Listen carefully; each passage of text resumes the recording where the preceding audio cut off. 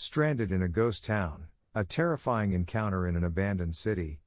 I never thought I'd find myself in an abandoned city. But here I am, standing in the middle of a ghost town, wondering where all the people have gone.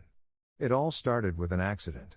My car broke down on the side of the road and I was stranded with no way to call for help. I decided to start walking in search of a town or a gas station. That's when I stumbled upon this abandoned city.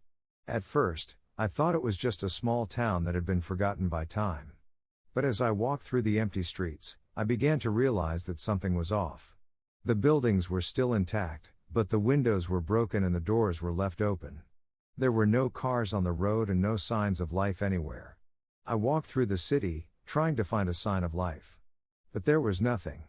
No sounds, no movement, nothing. It was as if the entire city had been abandoned in an instant. As I walked, I couldn't shake the feeling of being watched. I looked around, but there was no one there. I started to feel like I was being followed, but whenever I turned around, there was nothing there. I finally came across a gas station and decided to take a break. I walked inside and was greeted with the same eerie silence that I had encountered throughout the city. The shelves were empty and the cash register was open and empty. It was as if the people who had been here had just vanished. I decided to take a closer look and started to explore the gas station. That's when I found something that sent chills down my spine.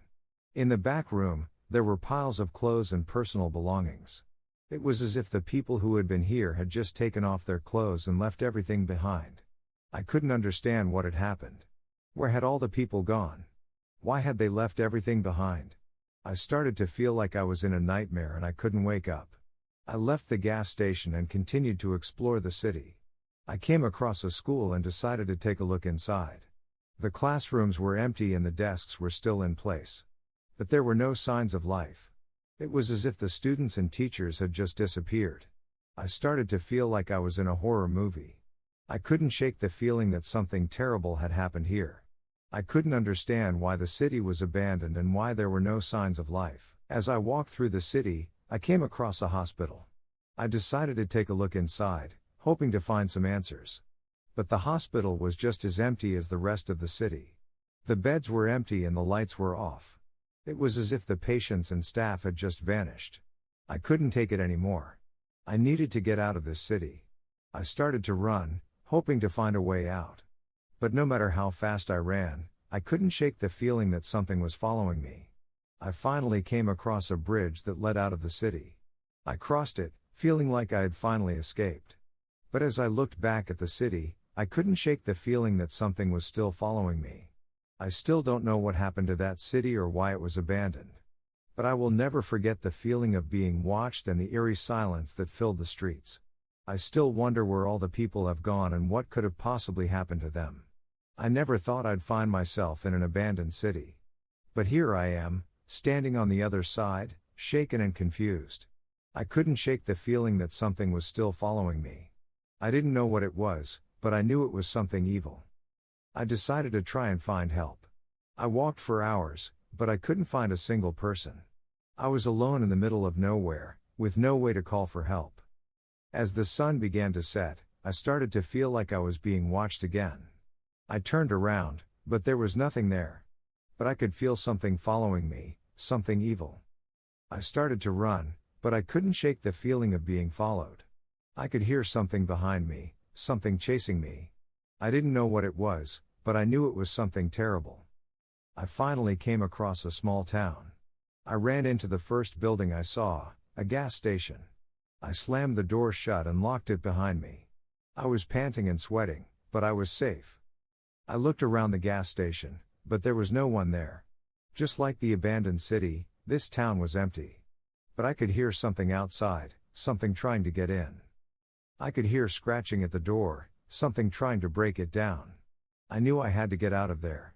I ran out of the gas station and into the streets. But the thing that had been following me was still there. I could hear it behind me, getting closer and closer. I didn't know what it was, but I knew it was something evil. I finally came across a car. I jumped in and locked the doors. I could hear the thing outside, scratching at the car, trying to get in. I started the car and floored it. I drove away as fast as I could, leaving the thing behind. But I knew it was still out there, still following me. The thing that was still out there, waiting for me. I never thought I'd find myself in an abandoned city. But here I am, still alive, but forever haunted by the memory of that place and the thing that followed me. As I ran, I could see a light in the distance.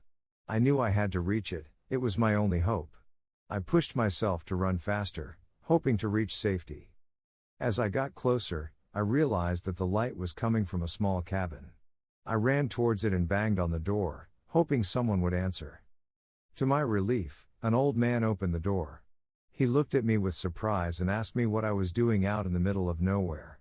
I told him about my accident and my search for help.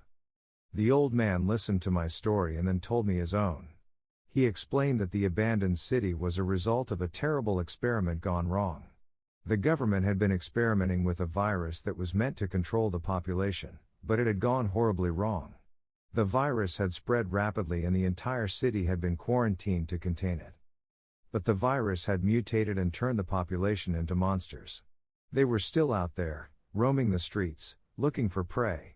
That was the thing that had been following me. The virus had turned the population into monsters. The old man took me in and gave me a place to stay. I was safe now, but I knew that I would never forget the abandoned city and the horrors that had occurred there. I would never forget the feeling of being watched and the eerie silence that filled the streets. I would never forget the monsters that had once been human, roaming the streets, looking for prey. And I would never forget the question that had been haunting me since I first arrived in that city: where have all the people gone? I never thought I'd find myself in an abandoned city. But here I am, safe and alive, but forever haunted by the memory of that place and the horrors that occurred there. I will never forget the abandoned city and the monsters that once were human. I will never forget the question that has been haunting me since I first arrived in that city: where have all the people gone? Finally, I came across a small village. I was overjoyed to see other people and I ran towards the village, hoping for help. But as I got closer, I realized that something was wrong. The village was just as abandoned as the city had been. The houses were empty and the streets were deserted.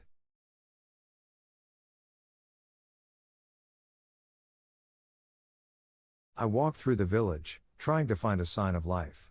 But there was nothing. No sounds, no movement, nothing. It was as if the entire village had been abandoned in an instant. I started to feel like I was trapped in a never-ending nightmare. I couldn't understand what was happening. Why were all these places abandoned? Where had all the people gone? As I walked through the village, I came across a church.